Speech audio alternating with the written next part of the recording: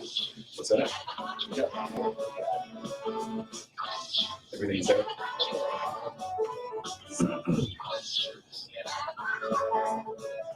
I tell you, I enjoy the other music you're listening to.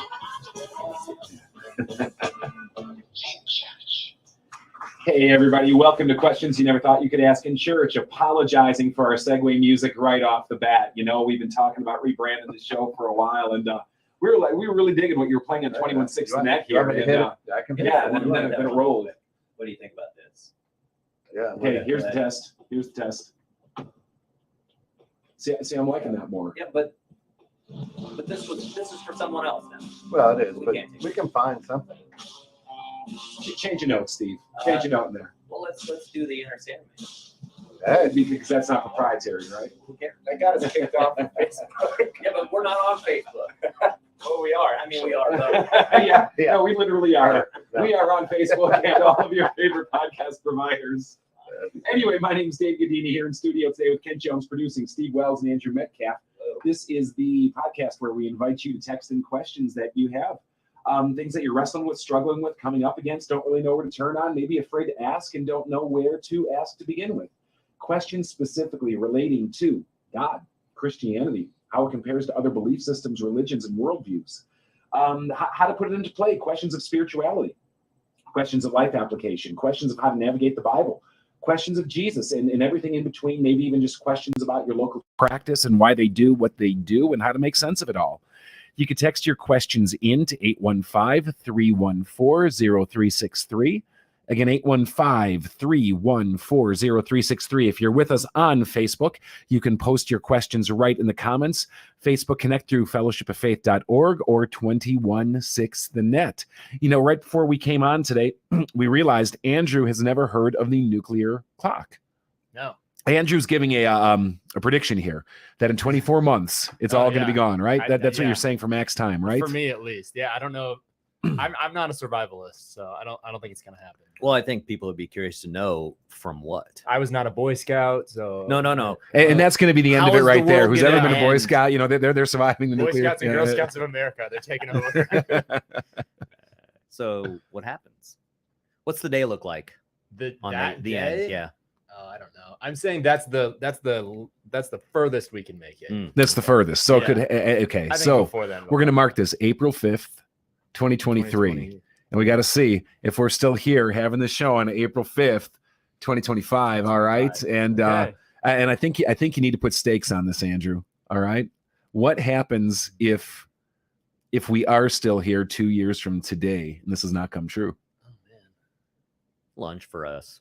Lunch for us and singing for you. Right after the show. Definitely some pies. Those little pies were okay. delicious. Little pies. But I'll bring pie for everybody. But see, the pies aren't going to benefit our listeners here. I mean, what are you going to bring them in this? Nothing.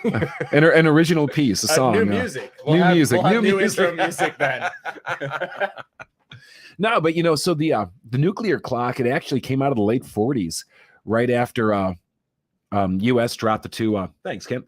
Right after U.S. dropped the two bombs on Hiroshima and Nagasaki, and basically it was a bunch of think tank people who got together trying to estimate the danger factor in the world of nuclear holocaust.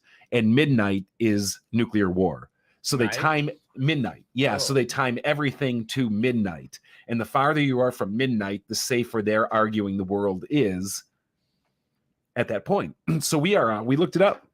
We are 90 seconds to midnight right now, which sounds really, really like, oh my gosh. But I think it's always within like 2 minutes of midnight. Kent, do you know, has it ever been less than or more than 2 minutes away from midnight since 1948? No, not that I'm aware. Okay. So this is basically like a level, like, are we level 3, level 4, level 5? That's kind of the you got they're it. using time. You got it. Okay, yeah. That makes more sense then. Yeah. So I've if you're heard like the 2 minutes to midnight before. Yeah, and if you're like 8 phrase. seconds to midnight, then like, oh my gosh. If you're 1 second to midnight, really, oh my gosh. If you're like 0.08 seconds to midnight, you know, I mean, I don't know how far they'll parse this thing down, but Gotcha. I thought you meant like today actually was like the day in 90 at seconds. Midnight. Yeah.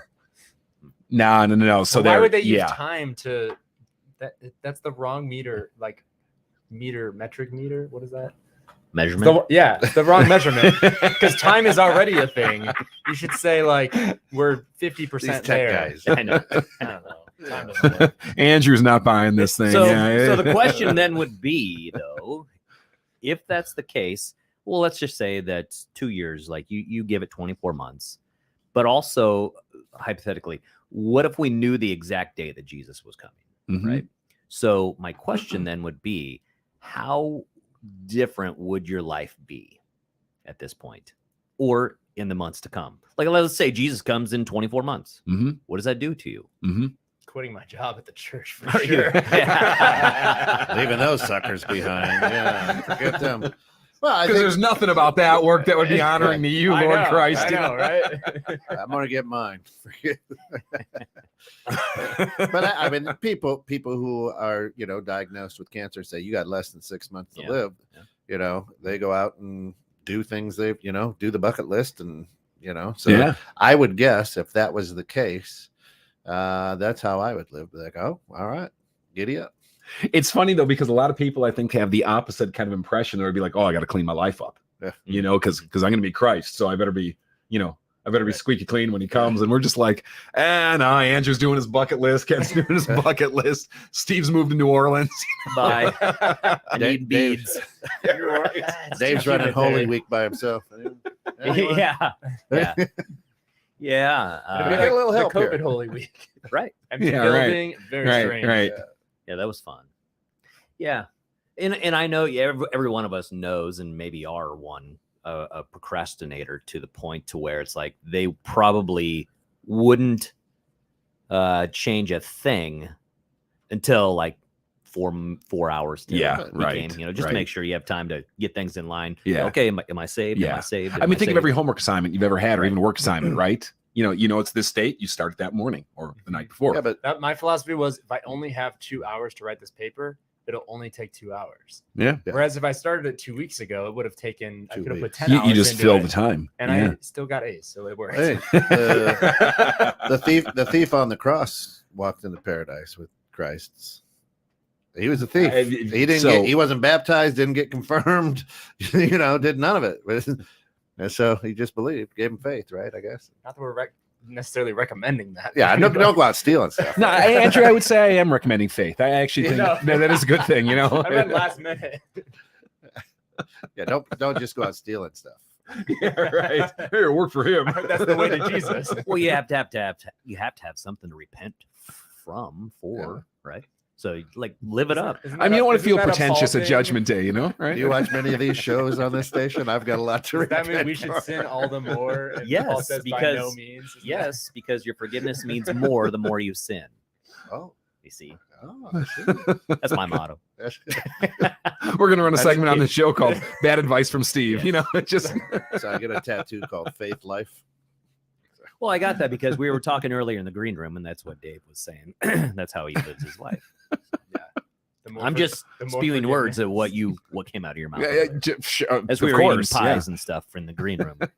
No, but I think end of the world definitely nukes are involved and AI is involved for Mm. sure. So you really have the Terminator kind of ending. I don't know that. I don't think there'll be a physical representation of AI. I think it's just going to cripple the infrastructure. Okay. think Everything you're is connected to the internet. Everything is controlled by computers. Okay. You'll see Yeah. Trump and Putin riding bareback, shirtless. It'd be Xi Jinping, Xi Jinping. and Putin, and North Korea That's and Iran. Well, we hate to break this to you on today's show, but we do make mistakes every now and then. What? And I know it's kind of unprecedented. What? But we have I'd call it a question. It's really more of a comment coming off probably last week's show. We Let me got just read this fact-checked. here. We got fact checked, checked. and we go on record right now. Wow. We apologize for leading you astray on this point last week. But here's what it says. This is my understanding of what David Lee Roth would request at every concert. He would ask for a bowl of M&Ms with all the red ones removed. The first thing he would do upon arriving at a new concert site is go into his dressing room and look in the bowl. When he saw the detail of no red ones, he would be confident every other aspect and all the other details of the concert preparation were correct.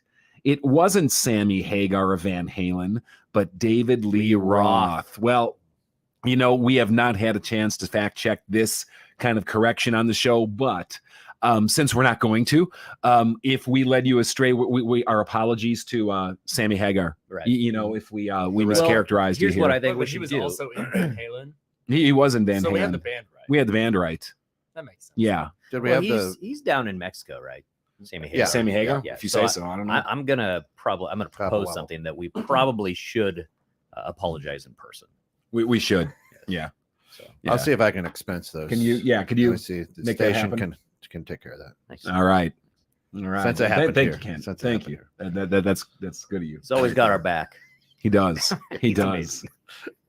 If we're at the station, you might be getting on mine for that trip. Yeah. Well, Jesus came riding in on a donkey. Boy, as my wife called me, never mind. I think we should have a completely off the wherever we're going right now, which I have no idea. we're off the beaten path. We for need to sure. have a questions you never thought your pastor would ask. Okay, so I've got to come up with the Right. questions and air like my deep, dark, dirty Yeah, questions or right. something like that. Yeah. All Steve right. and I will answer From them. the And then you Yeah. and Steve answer them. Yeah. And then yeah. we'll just make fun of you. Oh, okay, that works too. That was stupid. How many Oh my times- gosh, why would you even ask that question? How many times are you going to get up and go to the bathroom Yeah. during my sermon? You could keep a tally. I could keep a tally. Yeah. Yeah, I think that's a good call. I bet you've got some questions. I've got some Probably questions. questions that we wouldn't expect either. Probably. Yeah. Yeah. But we will leave you in Can't wait to hear suspense 'em. on those for a Can't wait to hear themed show of That's Steve's right. Desire. I know I don't know if this is your question, but I know all of your kids have said this before about the writing in the sand, Yeah. Jesus. So I don't know if that came from you and that has been passed down. I don't them. know. I don't They're know. always like, that's what I would ask. I thought you were my talking Ken's about my actually got a kids. great. Yeah. No. What was the question? when they're trying to stone the woman caught in adultery and Yeah. Jesus writes in the sand. Yeah. Like, what did he write? I think we talked about it once, but it Yeah. doesn't. It doesn't matter because I agree. The commandments are written. No, but here's why with it's the cool finger in the of God, story. right?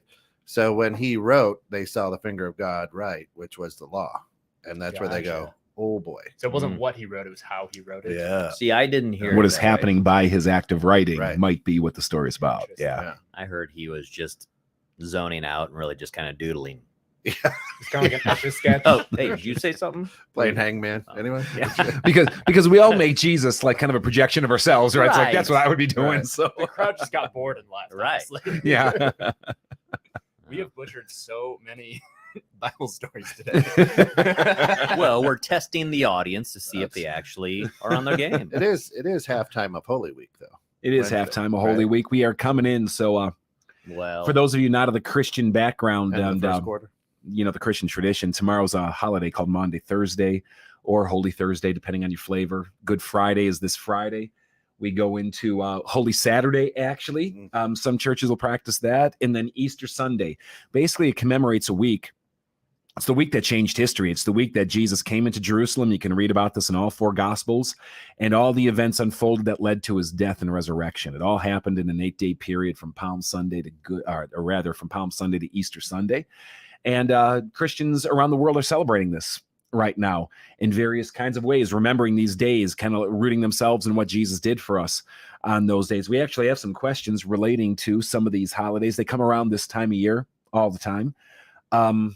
Should we jump in? Yeah. All right. What do we got here in the I don't inbox know. today? I'm looking at this first one. It's not specifically about Easter, but I think it can relate. We'll make it relate. I've always thought of the Gospels as eyewitness accounts of Jesus' life. Matthew, Mark, and John were disciples of Jesus, correct? But what about Luke? Did he ever meet Jesus? If not, is his gospel account as credible? Yeah, great question. And I think a lot of these questions about which the credibility of the Bible and is it trustworthy, and are certain parts more trustworthy than others? I mean, they're fantastic questions. Thanks for asking. So a little bit of clarification here. Matthew and John were disciples of Jesus in the strict sense of, I think, which this question asker is proposing, meaning eyewitness followers of Jesus. Mark was not. Mark may have been a follower of Jesus, but not one of the 12 in the way people typically think. He may have been numbered among the 72 or had some other kind of FaceTime with Jesus that we can get to in a little bit. Luke was not either. Luke was actually a traveling companion of the Apostle Paul. And basically, from the earliest historic records that we have on the sources of the gospel, Mark was actually more of a scribe for Peter, believe it or not. And Mark is really recording Peter's account of what happened, if these early sources are to be believed. So half of them certainly are coming from eyewitness followers. The other half, not arguably.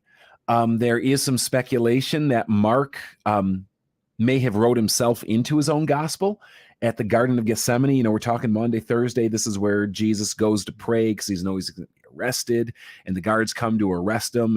And when they do, all his disciples flee. And Mark includes this one little detail that there's this young man who the guards kind of take hold of, and he slips out of his like cloak and his clothes, and it says he flees naked, you know, kind of rips himself out of them trying to grab him. None of the other gospels have this. And there's some speculation that that's like Mark, IDing himself in the story. Maybe, who knows? But when it comes to credibility, I don't think you need to base this on eyewitness testimony. And let me just kind of frame this by something that's kind of a no-brainer that I think people will identify with today. Think of how many autobiographies are written, but how many of those autobiographies are written actually by a biographer? So the biographer sitting with the person who's telling the story, and then they are compiling it. Likewise, think of how many autobiographies are limited in their perspective because it's coming solely from that person's vantage point, as opposed to other biographies that are done where the person is collecting multiple sources and multiple points of data, not just the eyewitness. Well, Luke is very forward on this, going, I have gone about, because there's a lot of accounts out there, collecting the best eyewitness sources and the best accounts out there. And so you get more of that historian biographer thing through Luke, which I think has just as much credibility as a singular eyewitness source.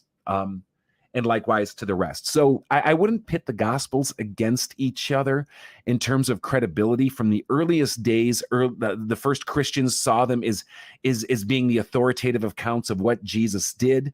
Even though there is discrepancies at times between the Gospels, they held each four of them to be so valuable and to be so credible that they would rather adopt all four with the discrepancies than try to pit them against each other. So yeah, Luke is strong. Hang on to him. You said Vantage Point, and that reminded me. There's a movie called Vantage Point that came out in 2008, and it's very good. But it's that whole concept. They tell the story from one point of view, and then shift to another point of view, and then shift to another point of view. Cool. And that's how you finally figure out what's happening. Okay. So if you need a movie to watch, Vantage Point. Dennis Quaid. Dennis Quaid. Vantage Point. Yeah. All right. You know what you should do? You Nothing should to do with anything. You should have mark one day of whenever you want to choose with your family, with your immediate family. So like April 5th of 2025. Tina and the kids, right? Okay. And they should write their own gospels about you. Okay. For the day. And Okay. just see how different they come out the next day when you read them. Yeah. Be kind of interesting. Yeah, it would be. It would be your entire life, or just that? No, just the day. Oh, okay. It's a short little thing. Yeah, It's a because no one wants to practice. devote that much time to it. I was like, I don't know if you Because could write that in a day. They honestly don't care that much. Yeah, right. No, but I'm with you, because it would be fascinating to see how you get very different perspectives on different episodes, or even different perspectives on the same event. And that's certainly what you see in the Gospels. We should have done that for our pilgrimage. How would you have done it? What do you mean? I'm just saying, like, we could have told everyone, like, okay, now that it's over, write down what your experience was. Yeah, that would have been cool. Yeah. That would have been cool, and kind of make like a... Because we kind of got one. You read it to us. Yeah. And that was kind of neat. Yeah. So So what we do at Fellowship of Faith is we have a pilgrimage every year on Palm Sunday. And what we mean by that is we just encourage people to walk to church. Certainly it pales in comparisons to some of the great pilgrimages people have done through history, but it's our way of like kind of taste testing it, so to speak, and trying to revive the memory at least of a biblical practice. And it's become like this huge thing at our church where some people really like embrace it hardcore. Some walking throughout the night, 10s, 20s of miles, things like that. And we just had it this past Sunday. Yeah. Good stuff. All right. Someone, I don't know who, someone was saying that Easter began as a pagan holiday and that it's named after some goddess. I've heard stuff like this before, and it always shakes me a little bit. Is it true? Great question. This comes up every single Easter, especially if you watch something on like the History Channel or Discovery, or you read like what Time or Newsweek or those kinds of publications are putting out there. There's always going to be like the secret story behind Easter, and we're like the true life expose thing that we're going to debunk it or something like that. So great question. Thanks for asking. I understand that this often shakes people the first time they hear it, and you don't have to be shaken. Let me give you some explanation of what's being said and why it doesn't matter. So there is an Anglo-Saxon goddess, and I never know how to pronounce these Anglo-Saxon words correctly, but it's her name would be pronounced something like Eostray or Eorstay or something like that, like E-O umlaut double schwa, whatever, S-T-R-E with a bunch of squigglies. You can look it up and see it, something like that. Yeah. But you get like Eorstay or something like that. No, this isn't fabricated. There's a monk named Bede from the 7th and 8th century AD. When you think in the monastic era in the Middle Ages, they're keeping Christianity alive. And I forget if he's coming out of Gaul or if he's coming out of probably the British Isles, obviously. And he writes about this and how the local people are worshiping this goddess, part of their pagan rituals, named Eorstray. And there's similarity in paganism in all belief systems. And I'll share where the name you can find in other belief systems. Ishtar is an Egyptian goddess. Ashtoreth is a Canaanite goddess. You'll often find Ashtoreth in the Bible, the consort of Baal. And you'll find her popping up in other belief systems, and she's basically like a fertility goddess. So there's a lot of spring worship going on around her and stuff like that. And the accusation is made that what Easter is doing is nothing more than taking this pagan holiday and turning it into their own resurrection myth. Here's the fundamental problem with it. No one in the early church called it Easter. We didn't start calling it Easter till like 1000 AD. So the first 10 centuries, this wasn't even on the grid. Easter really isn't even called Easter in liturgical churches, if you get into it. We call it Easter in just kind of a casual way because that's how people identify with it. But if you get into like the church and the history and the liturgical practice today, they don't call it Easter. They call it Resurrection Day, or they call it the Paschal Feast. And that's what the original Christians called it. They called it Pascha. Pascha is a derivative of Pesach. And Pesach is how you say Passover, or what we interpret as the holiday of Passover in Hebrew, right? So Pesach, you could hear Pascha come out of it. They would call it the Paschal Feast. And they would call it that because Easter is intimately tied up with Passover. It's dating its occurrence and the entire thing. Your church would just celebrate the Paschal Feast. We're here to celebrate Jesus' betrayal, death, and resurrection that roots itself to Passover. Any import of the word Easter is something that came much, much later. And it's arguable that it takes its name from this pagan goddess. But even if it does, who cares? This is the same thing Christians did with Christmas, adopting December 25th as the day they would celebrate Jesus' birth, but it had nothing to do with the pagan understanding of the day.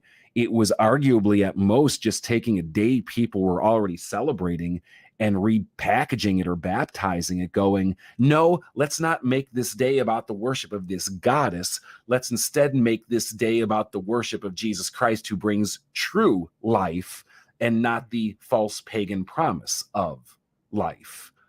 But even if we were to go down that path, that's even difficult in itself, because a lot of other people go, we don't think that it's coming from that at all. By the way, that theory, I find this stuff interesting, was popularized by, Jacob Grimm, Jacob and Wilhelm Grimm, the Grimm brothers, like Grimm fairy tales. Yeah. Well, they were, everyone thinks that they were fairy tale writers. They're not. They were linguists. And what they were doing was trying to collect the old folklore and tales and language of the early Anglo-Saxon and early Germanic and Teutonic writings specifically as a way of preserving old language forms. A lot of other people look at the Old Teutonic and go, we don't think it should go that way. We think it actually relates to a different Old Teutonic word, and that Old Teutonic word is Esther, E-S-T-E-R. And Esther in Old German or Teutonic is how you would say first. And there was a day or a thing, a word that they had that was Esther stehen, which meant the first standing or the first rising. And over time, it became, in today's German, more or less the word for resurrection. And so it might actually be deriving its meaning from that and nothing to do with the pagan goddess at all. So why do I give you all these details? For one specific reason. Because you said, I've heard stuff like this before, and it always shakes me a bit. And what I have found is that people get shaken when they don't know the facts. And if you know the facts, what people accuse or insinuate becomes far less scary because they give you one possible fact and start creating an entire worldview around it. And you're just like, well, I don't even know how to respond to this. Well, a lot of people choose to respond by sticking their head in the sands and ignoring stuff like that and just going, I believe, I believe, I believe. I've never found that satisfactory in my own faith life. And that's why I do a show like this, is because there are a lot of things circulating out there that sounds scary or that are confusing or that people are insinuating, and you just don't have to be afraid by them if you drill down and learn what's really going on. So hopefully that helps you, and hopefully it keeps you grounded in what Easter has always been about, the resurrection of Jesus. And the eggs. Right. Well, because while you were going through that whole story, I was really trying to tie the two together in my mind. And I'm thinking, here's a hypothetical, right? So Jesus goes to the cross. They bury him, or they put him in the tomb. And he's thinking, because he's God, so he's already been there. And he sees what the future holds, right? So he's thinking, okay, there's going to be eggs and candy in the future that come from a bunny. And so he's probably, here's how I think it actually went, is that, so when he then went to heaven and the resurrection happened, he was like, I don't want it to be mistaken that someone just took me out of here, because, they could have, right? They could have rolled the tomb away. So what I'm going to do is I'm going to leave a bunny in the tomb. And in that bunny, the bunny's going to lay an egg, and inside that egg's going to have candy. And they're probably going to think to themselves, like, there would have been no one else that could have done this but the God of everything. No one else could have gotten away with that, right? So this was underneath like the burial cloth? Yeah. There was a bunny. There's correct. Bunny, okay. Right. A bunny there with an egg there with treats inside of it. There you go. That's where my mind went. Fascinating. It's journey into Steve's mind here. Yeah. What was the egg made out of, though? Because plastic didn't exist yet. It could have been a real egg. And that's even more, and that's incredible, why I suppose. Magicians pull them out of a hat, because there's the bunny. See, look how It's all far about we can the go. And not only with this. that, but Steve didn't even say this, but it was a goat egg. Could have been a goat egg. A goat egg, maybe a sheep egg. Well, I don't there's know. debate on that. There's debate on that. Yeah. So many. Goat egg. Now you know how my mind works. So sad. Next level chef. Right. Cooking Anyway, with moving goat on to eggs. something a little more, because you guys clearly had this look like, Michelle, wait, what are you there's an egg talking left about? behind? I feel like everything that we do to try to help people on the show, Steve just undoes. I do. Like in a matter of moments. I want them to know what it is, why they need to have a reason for what it is they believe. So you better be solid in that, because it's a very blurred world. Questions you never thought you could ask in church. Yeah. What's going through Yeah. Steve's mind up there? Yeah. While he's playing? You know what I love about those, Steve? What I absolutely love about it is what's sad is it seems like so much religious speculation and theory that is actually out there is really nothing more than what you just did. Right. Someone just coming up with something that's either funny, sarcastic, or sounds good to them, or ties things together, all these loose ends in some nonsensical way. But now it makes sense why you yeah. pull him out of a hat. That's the resurrection. Right? For no other reason, because we have to be able to put this to something as far as why we're out there looking for eggs filled with candy that came from a bunny. When did that start? Well, that's my point. Well, honestly, a lot of theory is that a lot of that egg imagery, it actually comes out of more of the pagan practices around the fertility worship of Astore and other people like that. And I don't know enough to go much deeper than that, but I've seen that brought up a number of times, just like Yule logs and Christmas trees have their own pagan origins and were adopted by Christians into just, life practice on the holiday, right? It feels like Christians haven't co-opted anything in a while. We need to it's time to co-opt something. I don't know what. All right. We've done trees. We've done eggs. We've done all right. Bunnies. Anybody has any ideas? We've done bread. Well, and sure. Wine. We've done swimming, baptism. We took that over. So what's next? Honestly, I think if we could look from God's perspective, we'd be insanely blown away at how much stuff that we've co-opted without realizing it. True. Yeah. The Super Bowl now. We took that over. The one commercial. Sure, he gets us. Yeah, he gets us. We actually have a lot of Facebook comments today. Yeah. So give a couple shout outs to people. Yeah. I saw one earlier, something about the shirt that you're wearing, Dave. Yeah. Dave, you're wearing the pilgrimage shirt. Did you walk? Walked from my car into the studio today. Thanks for noticing. I didn't wear this on Sunday because I didn't earn it. I didn't walk. I blew up my back a couple weeks ago, and I'm still kind of on. I didn't either. I didn't do it. I wore a shirt, but I also did not walk. But I'm glad you wore a shirt for Palm Sunday. I did wear a green two jacket. on, yeah. I wore a green jacket. Did you? Well, I mean, it's palms. Right? It's Palms. I see. I had St. Patrick's Day in my mind. I thought you were just late for St. Patrick's Day. Yeah. Yeah. Come on, gotta do better than that. Yeah, but shout out to Tina, shout out to Chris, Kelly, Michelle. Thank you for joining us here online today. Glad to have you with us for Trinity and Jen. We got Jen back with us today. Great to have you with us. And Michelle says, "Wait, there's an egg left behind."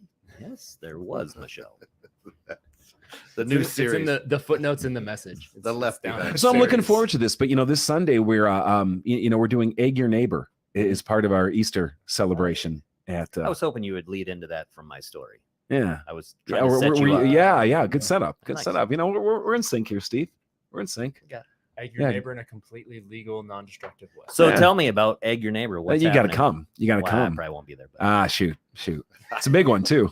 That's a big service. Two of them, actually. Three of them. Needed it off, We'll just sit there and hum. Yeah, right. Or wait.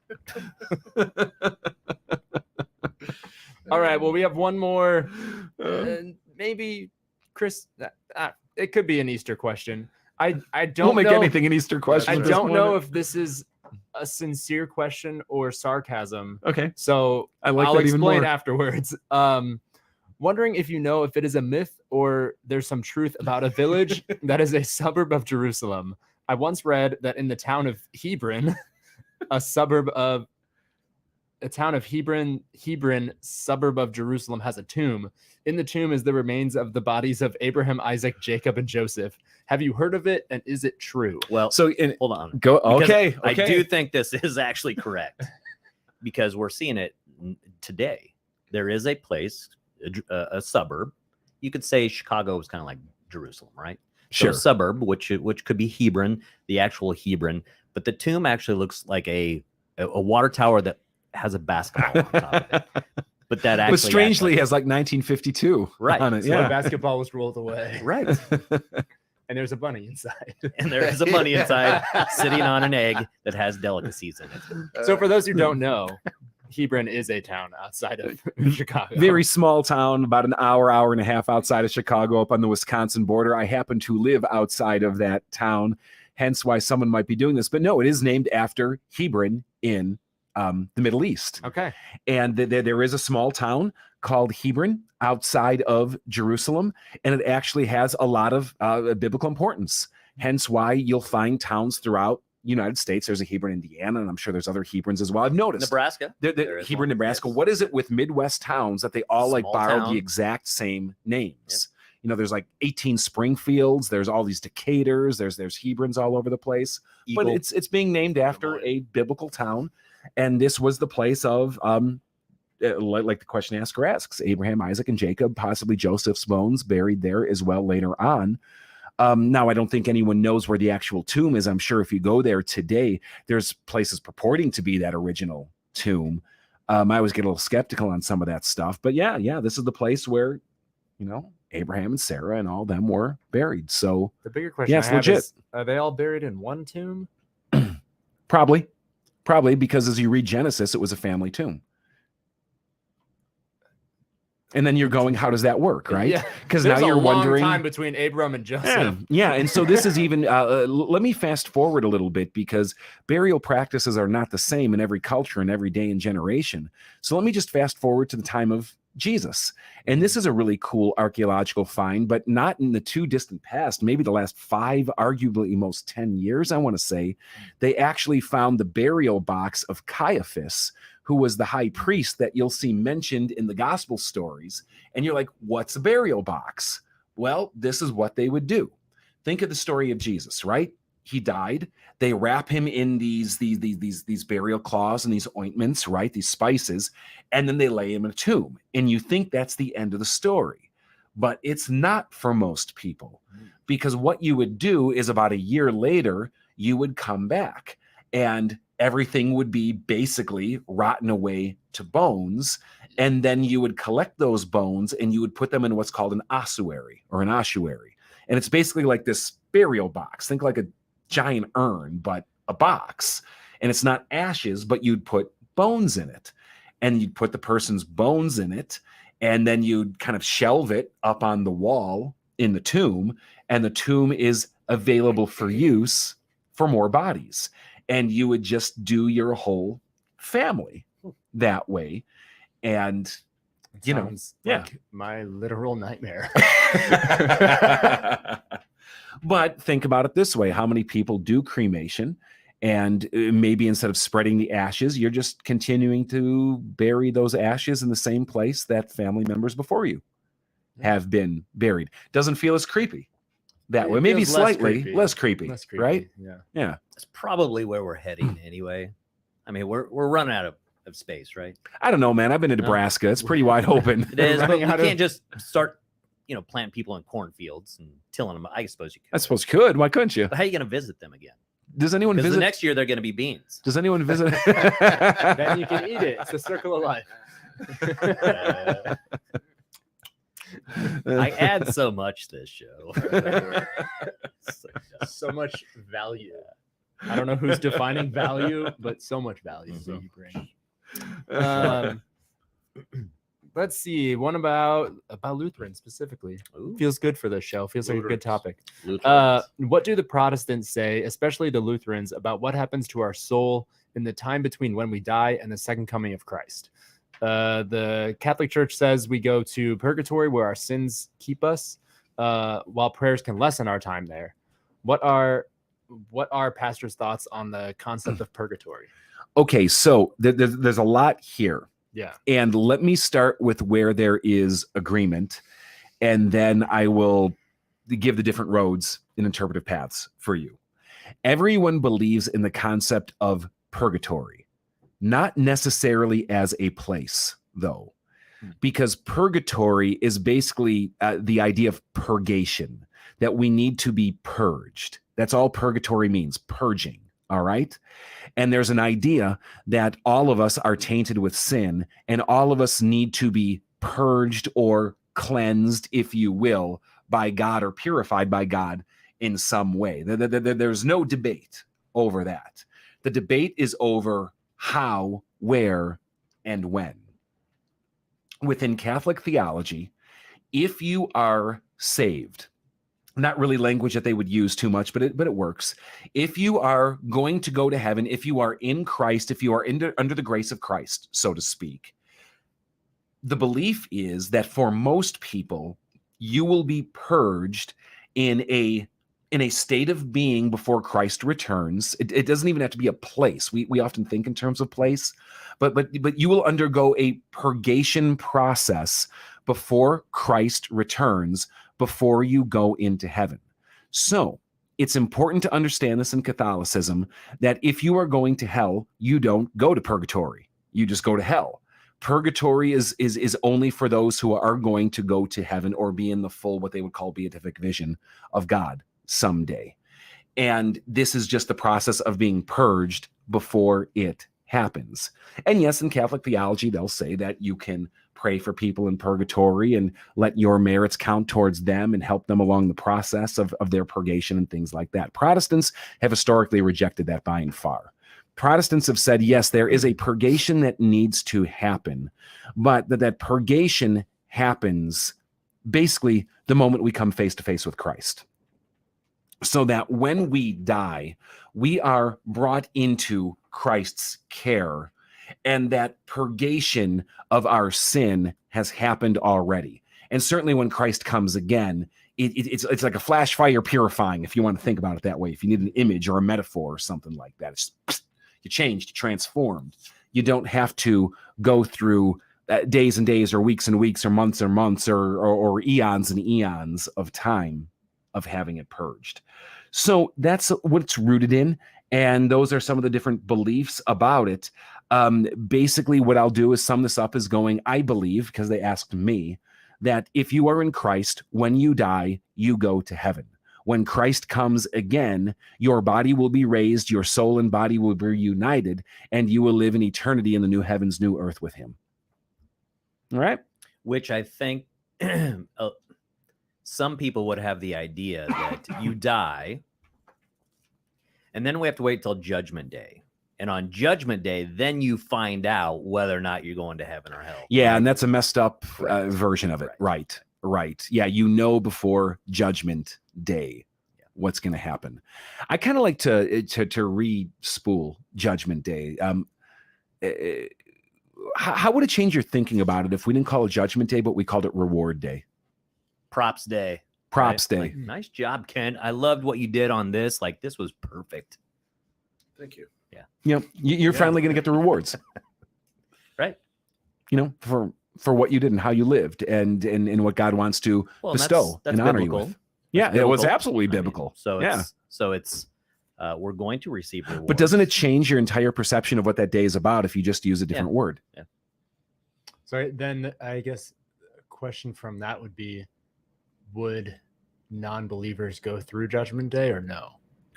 Oh, everyone goes to Judgment Day, Okay. but you know, not everybody gets there. What I'm doing is judgment has a very negative connotation. So you always think about it in terms of bad. So what's it mean for a believer?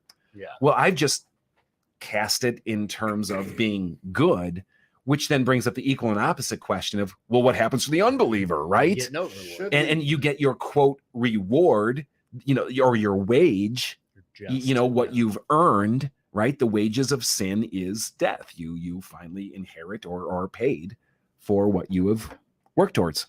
Should we worry if he's laughing when we get there? Kind of depends on the laugh, wouldn't you say? Right? Jubilation, terror, yeah. One thing I had, a question came up as you were answering that last one, that hell is immediate. What happens after the second? Well, just possibly like Easter, hell is an Anglo-Saxon word. Yes, so right. so I'm not going to let you use the word hell. Okay. I would say in lieu of purgatory, then you said believers go to heaven, unbelievers go to hell until Judgment Day when there's the new heavens and the new earth. Is there a new hell then? Or concept of hell? Yes. Like, yes. Does that also get recreated, if you will? I mean, and again, we're talking about a symbolic book here, but Revelation literally says that hell or Hades gets thrown into the lake of fire. Okay. So while there's a recreation of heaven, so to speak, there does seem to be an eternal but recreated version, however we're supposed to understand it, of eternal punishment and judgment as well. And most people see it as an eternal conscious state of some kind. There are some who go, no, maybe it's figurative for just like annihilation, you cease to exist or something like that. And I don't want to get into that too much. Yeah. But anyway, yeah, there's this idea that there is a state of being in which we will exist before Judgment Day. And that state of being, for those of us who have died, is separated from our bodies, right? You are disembodied. 2 Corinthians 5 will actually use a metaphor to describe you as being naked. You're no longer clothed in your body and you're waiting to get some clothes again. The Protestant perspective, though, in that state is that it is good, it is bliss, it is better by far. It is what we can call heaven in the general sense of the way that we use the term. Yeah. But the mistake a lot of Christians and non-Christians make is they think that's the final state, which biblically it's not. The final state is a resurrection. And Yeah. Does that make sense? Yeah. And so the flip side to that would be the negative state of being for those who are not in Christ, but also waiting for a resurrection and the final, shall we say, rewards and quotes of Judgment Day. Yeah. Gotcha. All right. Good question. Let's see. What's the difference between man before the flood and man after the flood? Jesus grieved that he had made man on the earth, and his heart was filled with pain. Genesis 6:5 verses 6. Yeah, and actually the question asker plugged it here. Thanks for the question, Gene.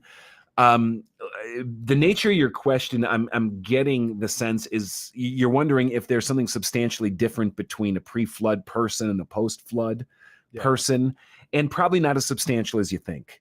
There is a field of theology called biblical anthropology. Anthropology, we all know what this field is. It's how do you understand like what humans are, right? And biblical anthropology will look at basically 4 different stages of humanity in God's scheme. Before the fall, after the fall, after Christ's first coming, and then after Christ's second coming. There is certainly a continuity between what it means to be human in all 4 of those stages. But there does seem to be distinctions or also discontinuities between what a perfect pre-fall human is like versus one corrupted by sin after the fall. That seems like a no-brainer to us, right? Well, I think it's also arguable to say that when you're being reborn in the Holy Spirit, there's also going to be something substantially different in someone's soul, and someone's being of what it means to be human in that new life in Christ now, right? And we know that that's not brought to completion yet, and that at the resurrection, we're going to be transformed in some new kind of way. Still a continuity with who we are, but something different then. So I would encourage you, Gene, to think about the differences in humanity in those 4 blocks more than pre-fall and post-fall. There doesn't really seem to be a difference between, pre-flood and post-flood. Humanity pre-flood and humanity post-flood is really the same kind of humanity. Noah and his family was simply chosen because they were viewed to be more righteous than other people, but still the same kind of fundamental people, just to have chosen God and lived differently. Yeah. You know, I read an article the other day that their idea was that it was Adam and Eve's DNA that was a breakdown in the DNA, that they had a gene in there that was the sinful gene. And so therefore that's why we've inherited sin still to this day. So, yeah. I mean, I like that, but I think it stops too far short. I would agree. Because I don't think it's about isolating the sin gene, but rather all of our genes have become corrupt, that their entire essence has been corrupt and fallen. That's why they call it the fall. We are far less than what God made us to be as human beings because of the corruption that's overtaken us in every conceivable way. And that's actually what the reformers mean by the term total depravity.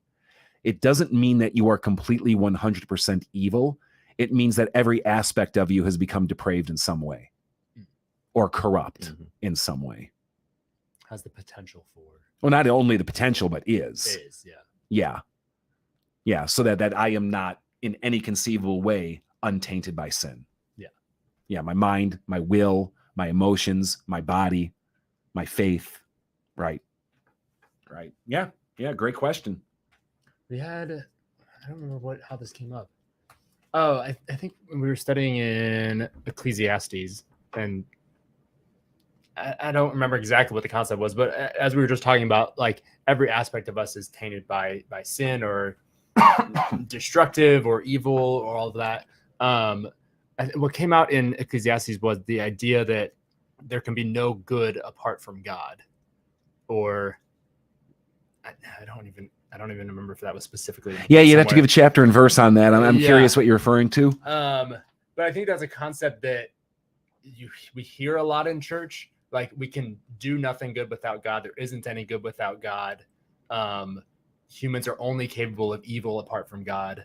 So I guess wondering what your thoughts are on that in regards to saying that our entire self is tainted by sin.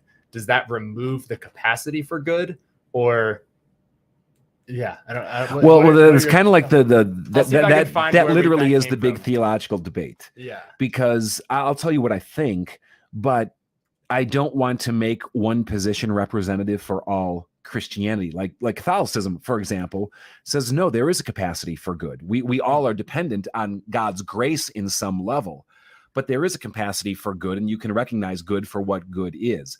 Luther, Calvin, more of those kind of reform movements, they were very reactionary against that. They were very they would talk in these hyperbolic ways, these big ways of going, without God there is no good. Without God it's impossible to do good. Without God, well, at some level I actually agree with them. I think we're completely dependent on God, but I think it gets misconstrued to think that I sit around passively and until God kind of like zaps me, animates me, or makes me do something, that I don't have capacity to do something good. I also think it's a little binary to talk about good and evil. I do believe that everything that we do that is good is tainted in some level by sin, so that no one ever does 100% good. But at some level, it's just unhelpful to talk that way. Any fool can recognize what's good and what's evil without having to get 90 miles deep into it, sifting every nuance and motive, going, well, was it completely good? Was every motive pure? No, of course not. But we can still look at something and going, that was good. That was not. Yeah. And that was, I think, one of the things that we remembered after the fact, that Ecclesiastes is largely written in poetry form. So it is using some of those extreme examples and that extreme language of nothing and never and always and those types of things. So it was like, okay, yeah, is this how it's worded to kind of make a point versus like the exact wording. And I'd love to see what passages you're thinking about. But one of the biggest misunderstandings in Ecclesiastes is the key refrain. And the key refrain is often translated meaningless, meaningless. Everything is meaningless. And if that's what your translation is doing, I encourage you to look at some other translations. The Hebrew word behind it is pronounced hevel. And it's actually the same word where Abel, you could hear Abel, Hevel, kind of, sort of, that's what his name means. And it doesn't mean so much like meaningless as much as it means like mist-like, temporary, transient. It's the idea of like smoke going up. It's just, you see it, it's there, but it just kind of blows away. There's nothing of substance here. There's nothing of lasting value here. There's nothing of permanency here. And so it's hevel, everything is hevel, that everything without God is at some level temporary, transient, like trying to grasp at smoke. It just kind of slips through your fingertips, whether that be wealth or whether that be notoriety, or whether that mean success, or whether that be happiness, or whether that be pleasure. It's all just kind of, you could see where they get the meaningless idea, but it's taking it a little too far. Yeah. And I think it brings up some... I found the verses here that brought this up. It's chapter 224. A person can do nothing better than to eat and drink and find satisfaction in their own toil. This too I see is from the hand of God. For without him, who can eat or find enjoyment? So that idea of without God, who can find enjoyment in anything? Who can find joy in anything? Who can... I think we extrapolated it out to do good or find anything good in life. And that was kind of that idea of, okay, is this talking about in extremes to get the point across? Because someone without God can enjoy something in their life. Like that is absolutely possible. Yeah, absolutely. Yeah. And I think, the point that the writer of Ecclesiastes is making, traditionally ascribed to Solomon, but who knows, is fundamentally, let's put ourselves in Solomon's shoes. Let's say it's Solomon, just for the sake of argument. Here he is. He has got wealth beyond belief. He's got success beyond belief. He's got power beyond belief. He's got the blessing of God upon him in every material way. He has been given wisdom by God in every conceivable way. And he's looking at it all and realizing it's all temporary. It's all here today, gone tomorrow. And it doesn't mean it's bad, but what he does is he kind of goes through all of these aspects of life, making this comment going, we slave and we work and we toil for this. And at the end of the day, what does it produce? But then on the other hand, he goes, all we do is eat and drink and be merry. And yet what good comes from that as well?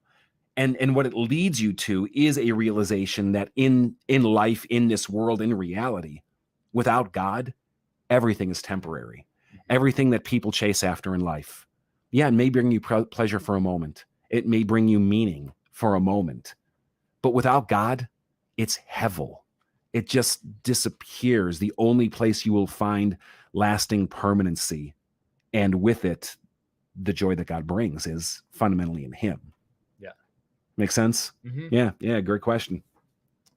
I said I wanted to get to this one in last week. Steve wasn't here. The week before that, you weren't here. So I think quick discussion altogether. Mm-hmm. It says this is a question more for Steve. Do you think that marijuana is a gateway drug? drug? I know you guys did this a couple weeks ago, right? Do you think that people try it and then it escalates to try even worse and stronger things like cocaine or fentanyl? And what would be your advice to young adults regarding trying some of these things? I loved listening to you guys navigate this. It was 2 weeks ago, I want to say. Yeah, it was cool hearing your story, and just thanks for putting that out on the line. And I know you do that, but yeah. So what did you want to reopen on this? If you had any thoughts, any additions to add, anything else like that? We have like 4 minutes. They sent in, they didn't like my answer. So they're like, can you give a more holy answer? Yeah, they're like, we want God's answer. So, well, then let me go ahead and answer this for you. I got a direct line. Yeah. Apologize for my answer. I was high. Yeah. No, you know what? I loved how you answered this, Steve, and I think you're spot on. Here's the question. Do you think marijuana is a gateway drug? It could be, but it doesn't necessarily mean it is. Yeah. And it's like so many other things in this world. What has the capacity to derail one does not necessarily derail another. At some fundamental level, marijuana is a gift of God. It's part of his creation, and it can be used to his glory. The problem of sin is what it does is it takes gifts of God and it abuses them. It distorts them. It uses them to false ends. It does evil with them. And do people do that with marijuana? You better believe people do that with marijuana. Does everyone do that with marijuana? No way. No way. So marijuana isn't the issue.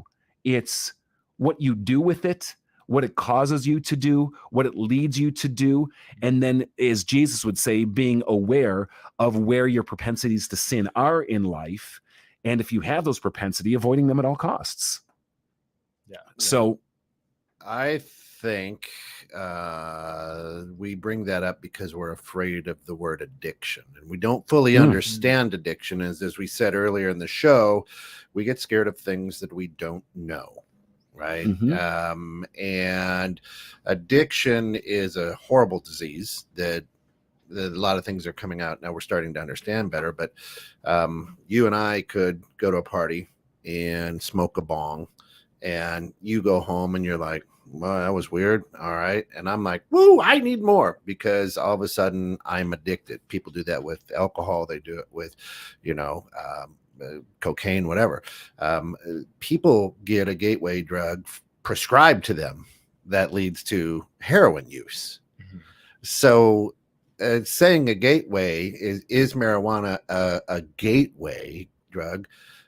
It all depends on the person and if they have the propensity for addiction, I think. And because I've known a lot of people who, hey, not a problem. And I've known a lot of people who are, big problem. Yeah, right? Absolutely. So I think that the true question is, what we're trying to steer away from is addiction. And, you just don't know what's going to trip somebody up. I also would add to that too, that as far as you mentioned, like prescription drugs, I know people that are on prescription drugs that probably don't even need to be on prescription drugs, but is it having an effect on them physically, mentally? Yeah, for sure. Is there also a placebo effect that it's really not necessarily medicating what they want it to, but it's making them feel like, well, as long as I take this, I'm going to be okay. There's another point to this, So, by the way, going back to smoking a bong, you don't smoke a bong. I know. You hit the bong. You hit it. Just in case you're at a party and someone asks, you're like, You want to hit this? Don't actually punch it. And of course, you're not going to be the favorite person at the party anymore. And of course, the number one pusher over at Fellowship of Faith, Melinda Putnam, says a cookie's a gateway drug. Well, but you know, and this is the thing. I think we've done a better job of expanding our idea of addiction beyond like alcohol and nicotine and drugs. Yeah. We've started to understand things like gambling and porn and maybe even shopping a little bit. Yep. But you think of the amount of people, work, intelligence, anything taken to an extreme. Exactly. The amount of people who are food addicts or sugar addicts or carb addicts or whatever you want to call them. The amount of people that are caffeine addicts. And it's viewed as being socially acceptable because the immediate effect is not something like a drug that is either going to hospitalize you or put you into an altered state, but like caffeine, it makes you more productive, right? So, okay, that's a good one. But anytime you're enslaving yourself to something, you are fundamentally walking away from what God desires. God is a God of freedom. And to enslave ourselves to the things of this world is fundamentally spiritually dangerous.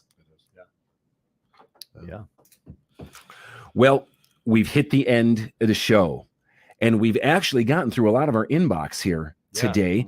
There's never existed a time in humanity that we've gotten through the entire inbox, and if we haven't gotten through it, we will get to it on next shows. But hey, a couple of things before we break. First, thanks for listening. Second, remember, you can catch past episodes on your favorite podcast provider, Spotify, Apple, whatever it happens to be. Just search for questions you never thought you could ask in church. Number 3, visit us at fellowshipoffaith.org. Again, fellowshipoffaith.org. Visit our FOF Plus page. You can find this and other video and audio archives that we have available there if they're beneficial to you.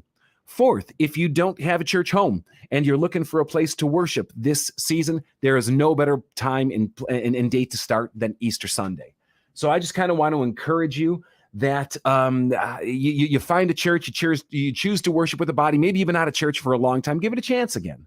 Find a good place in your area and connect. And if you're up in the area of McHenry, Illinois, maybe with Fellowship of Faith, you could find us at fellowshipoffaith.org. Again, you can text your questions in 24/7 to 815-314-0363. Again, 815-314-0363.